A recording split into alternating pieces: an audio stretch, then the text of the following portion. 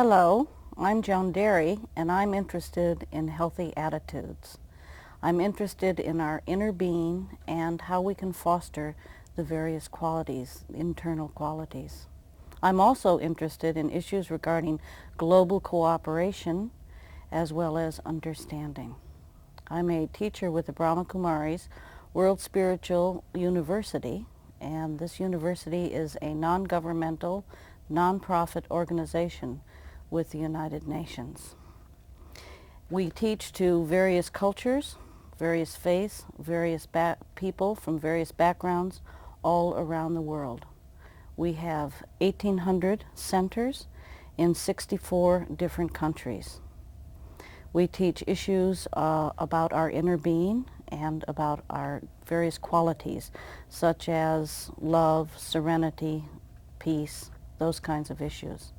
And we also teach about inner powers, powers such as tolerating, facing, powers about cooperating. And today we are here. This program is about education in healthy attitudes, in ethical values, in cooperation, and in human understanding.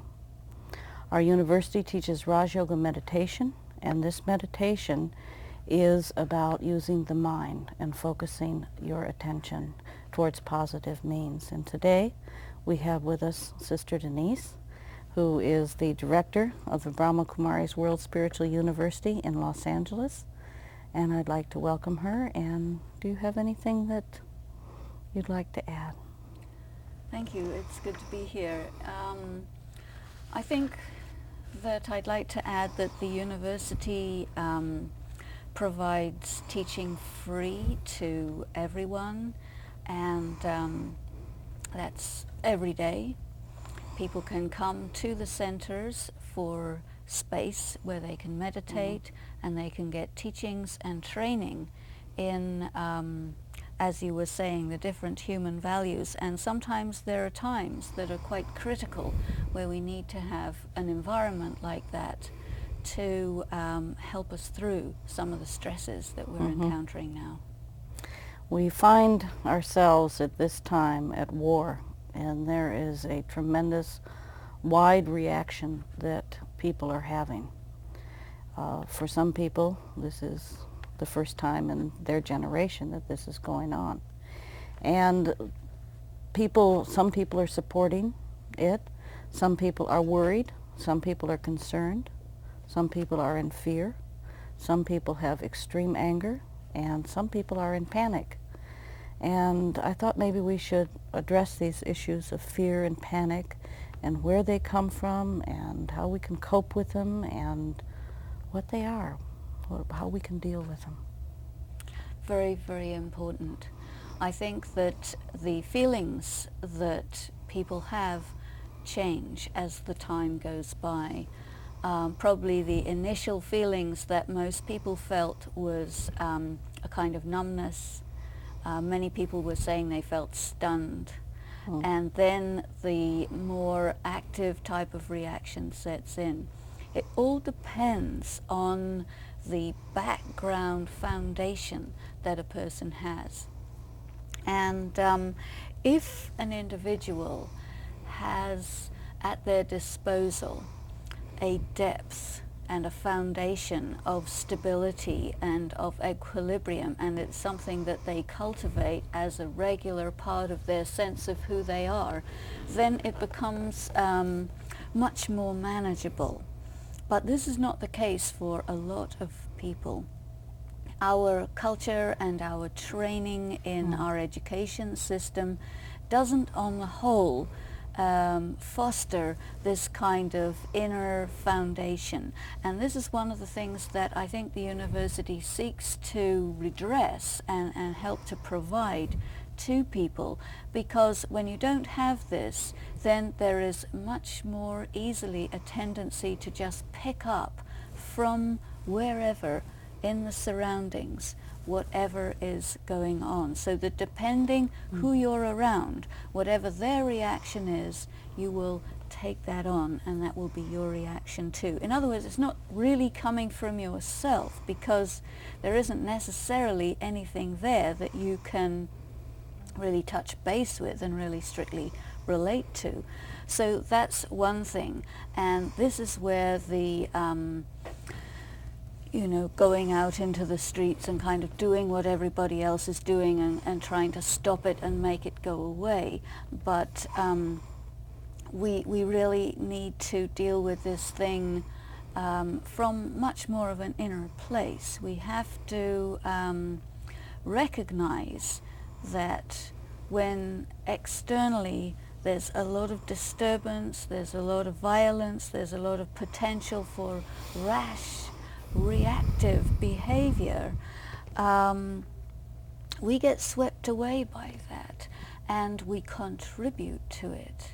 So one of the important things I think we need to do at this time is to learn how to stabilize ourselves in our inner peace and how to establish a certain equilibrium, because while it is important for us to keep abreast of what is happening, it's also important for us not to get swept away, so that we can have that balance of concern and compassion and understanding and participate in a responsible way. But yet, if we become panicked and fearful, then we're putting away our rational judgment, and easily we can be taken over by other people's feelings. If you don't already have this inner structure at this time, here we are, we're in the battle, so to speak, what can we do? How can we develop some kind of peace around these kinds of issues if you don't already have an inner structure that you've been working on?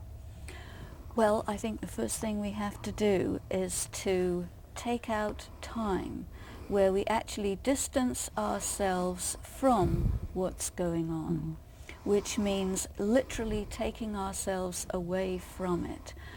Maybe take time to just go for a walk in natural surroundings, or go into a room where we're not surrounded by the discussions in the media, which have a tendency to pull us into the situation, so that we can just become quiet, so that we can just sit with ourselves, feel our feelings, identify where we are afraid, what we are afraid of. Maybe we are afraid of dying. Maybe we are afraid of someone we love dying.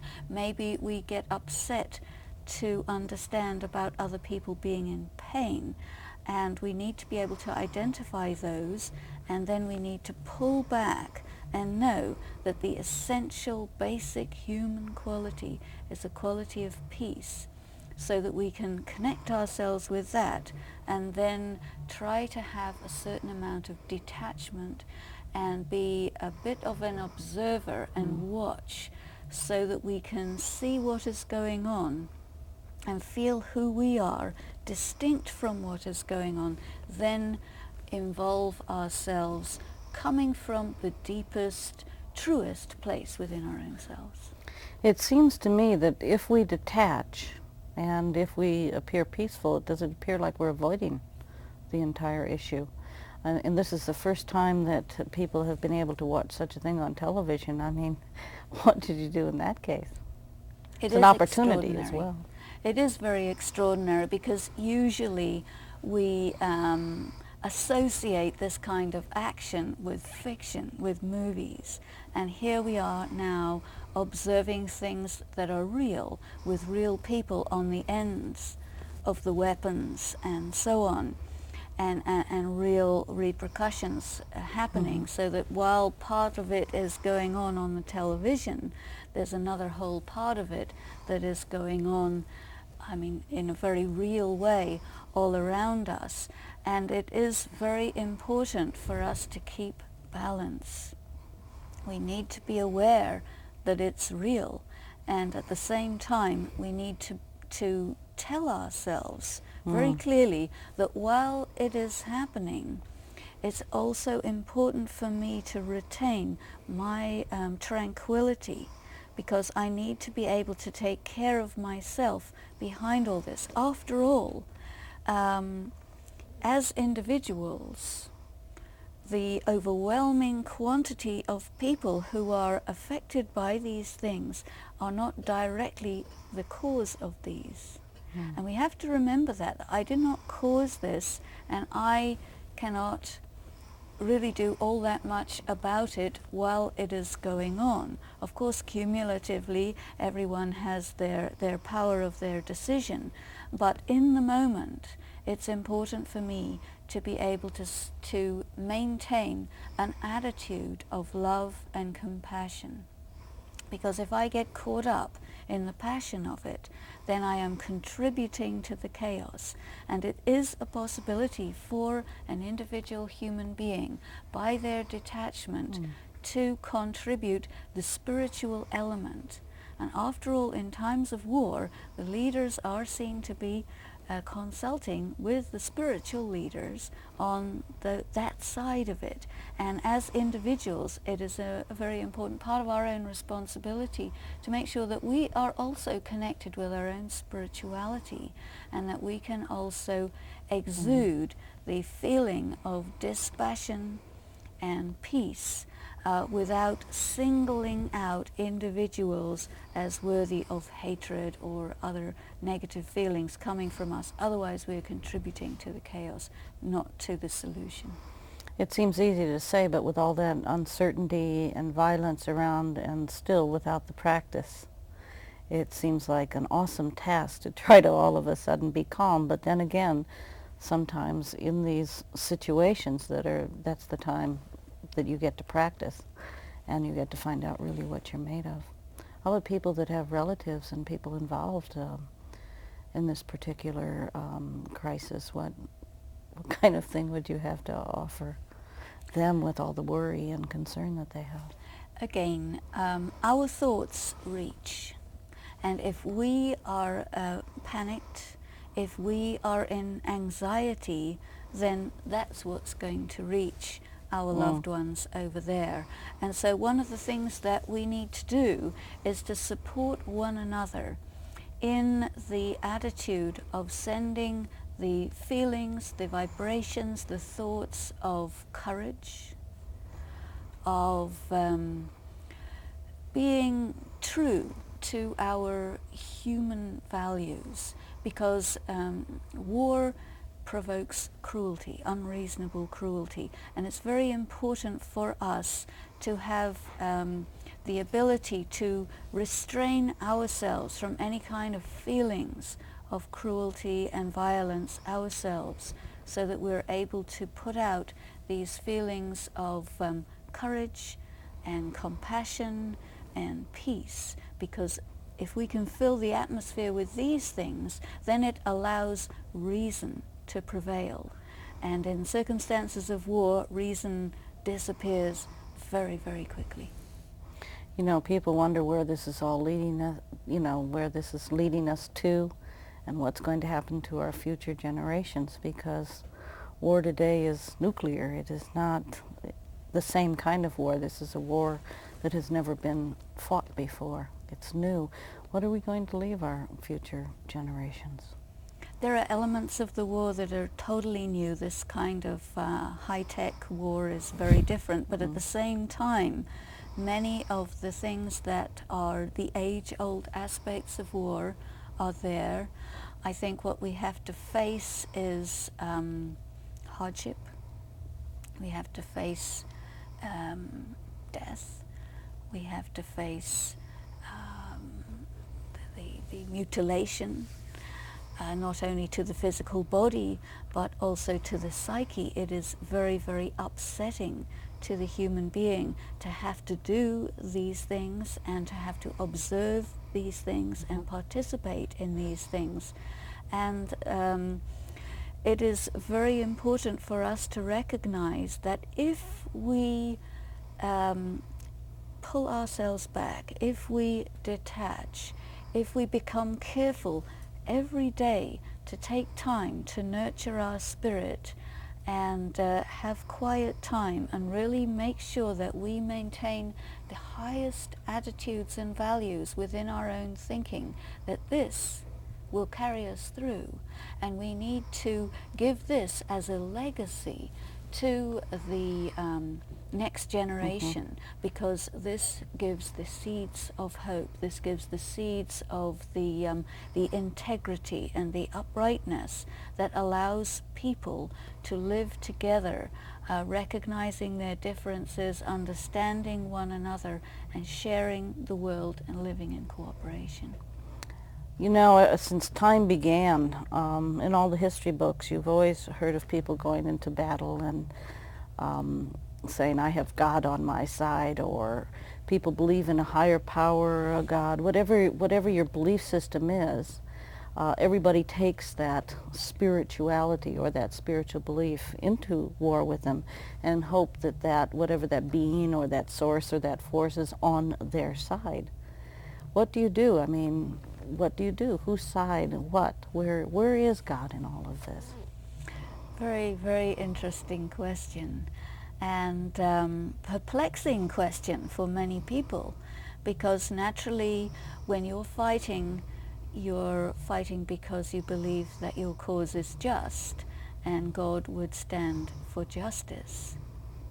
But I think that for the person who is an indirect participant, as most of the people who are watching these programs are, we need to understand that there's another kind of war that's going on too.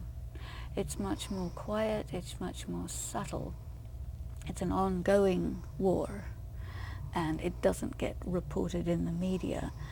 But it is a war that we deal with when we want to develop our own selves spiritually, when we want to evolve as human beings. And that is the war against our own human weaknesses.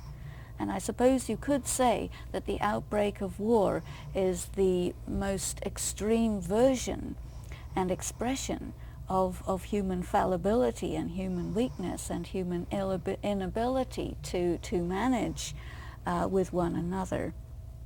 But each and every one of us is involved in that kind of a war, and we do need to bring that being of God, that higher power, that supreme being to bear on this with ourselves, because after all that represents purity, justice, goodness, right action, right understanding, and this is what each and every one of us needs on our sides, so that we have the capacity to retain the highest levels of human qualities and resist those urges that pull people away from their humanity into inhuman behavior and activity, and the way that we relate to one another within our own families is a very important expression of this, you see.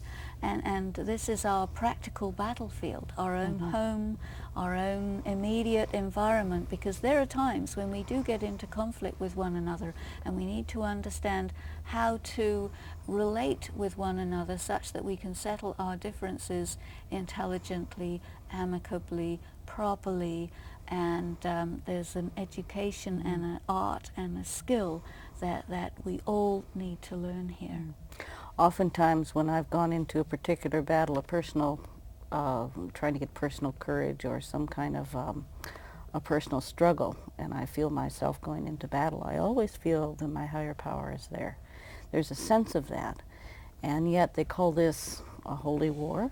Some people call it a holy war. And another thing that it sounds to me like you're saying is that there is an absence of that sense of being taken care of. Yet, if everybody feels they're being taken care of, what does that mean? I think, again, it's impossible for us to make a generalization, but we have to again and again bring ourselves back to me. You know, what am I doing around myself in this? And am I making sure that my own, the place from where I am coming is of spiritual integrity, and that I keep myself close to that higher power, because what every individual does counts, and it has a lot of repercussion, a lot of effect. We need to have faith in that. What's the foundation? You're talking about stability, aren't you? Spiritual stability. What's the foundation? One very important foundation is faith. One has to have faith in oneself that I am essentially a high-quality human being, and I need to remind myself of that and realize that that is a truth so that I rise to that occasion. I also have to have faith in humanity, that humanity is essentially good, and it becomes misguided, it becomes forgetful, but at essence it is good, it is pure. And also, very important faith is that whatever is going on, however it seems to be going, ultimately the outcome will be good, and that righteousness, goodness, peace will prevail. And we need to have that faith. And if we remind ourselves of this again and again, we will have stability, and we will be able to contribute very extensively to the good solution of this conflict. Do you have any closing words, or do you think you summed it up pretty well? I suppose to just remind ourselves, take time every day before you go to sleep, especially, to just set aside all of the things that have been experienced during the day and make sure that you go to sleep peacefully, at peace with yourself, at peace with the world, at peace with the higher power, and letting everything go. This is a very good practice. It helps you to come back to your own essential self. Well, thank you very much. Enjoyed having you on the program, and enjoyed some of your comforting words at a time like this. So maybe at this time you could share a meditation with us that people can use. Thank you.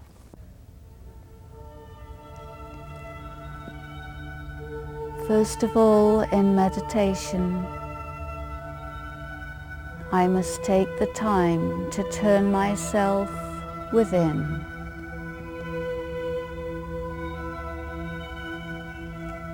I allow the racing mind a moment to become more quiet, to move in a more flowing manner, to become more still. I set aside all thoughts about what is going on the outside.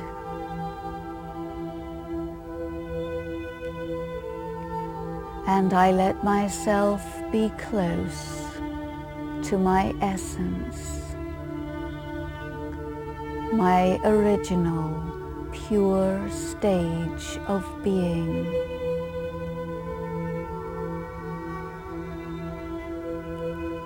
Everything that has been going on around me has pulled me away from myself, and it has taken my energy, my resources. So now I take this time to restore myself, because it is right for me to keep myself at that state where I am close to my own personal inner resources. As I become still with my inner self, I become aware of a higher presence around me. I connect myself with that higher energy. I turn my attention to that light being, to that source of deep, understanding. And I am reminded of everything that makes sense and is reasonable.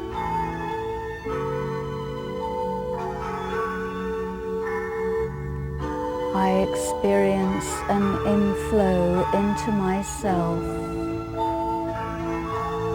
an awareness of an extraordinary peacefulness, a detachment,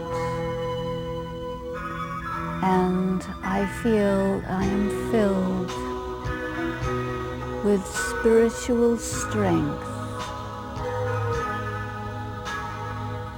There is with me an ability to cope with many kinds of stress.